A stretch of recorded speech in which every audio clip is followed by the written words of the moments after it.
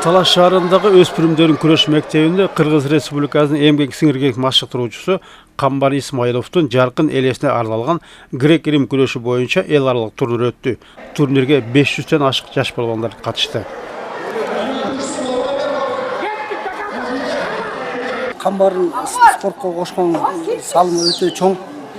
Себеп дегенде мунун балдары мирде, Азияда чоң результаттарды беришкен. Жалаң эле күрөшкөн эмес, спорттун көп түрүнө шыктуу бала болчу. Волейболду жакшы ойночу, күрөштү катырчы, анан өзү бул музыканы да жагынан жакшы ойночу. Любой инструмент ойной берчү. Өзү бир Кудай берген талант бала болчу да. Бишкектен баштап бардыгы акча чогулчу өстөрдүн окуучулардын өзүнүн Камбардын окуучуларынын аркасында өтүп атат да.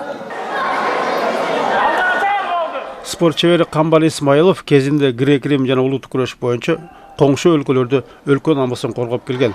Бул турнир 5 жылдан бери өтүп келет.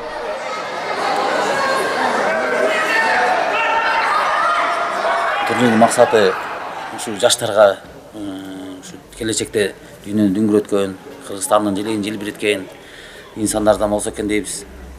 Кыргызстан атын чыгарган. Бир эле грек-рим эмес, спортко катышкан келген жаштардын немеси аябай көп. Алыскы Атыраудан келишти, Жамбыл облусунан келишет, Алматыдан келип атат. Ар бир бүгүнкү келишинде 6 команда келди. Эл аралык турнирге коңшу Казакстандын 3 облусунан да балбандар келип, кыргызстандык балбандар менен күч сынашты. Биздин Казакстандан 3 команда келди. Жарыс өтө жогорку деңгейде өтүүдө, жакшы өтүп атыр. Тажрыйба алмасуу өтө жакшы болуп атыр. Балдар, биздин балдар билмейтин нелерин осы жактан келип үйрөнүп атыр.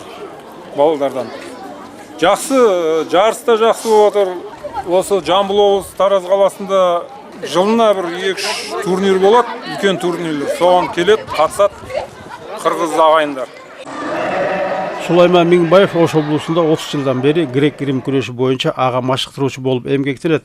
Ош облусунан бир команда келип, турнирге катышып, чеберчиликтерин көрсөтүштү. Державалардын арасында күрөштөн Кыргыздын желегин көтөрүп, Кыргыздын даңкын чыгарып атат. Кыргызстанда грек-рим күрөшү өнүгүп атат азыр. Мурда караганда өнүгүү чоң жакшы балбандар чыгып атат. Биринин аркасынан бири чыгып атат. Кичине али начарак күрөп калсаң ордуңду башкача келип басып калып балдар. Күчтүү балдар көп да, айтышкан. Сайга сонун болуп атат күрөш. Турнирдин жыйынтыгында жеңүүчүлөргө кубок, медаль жана кызыктыруучу байгелер тапшырылды. Орозбек Бешебаев, Урмат Доктурбек уулу, Талаш шаары.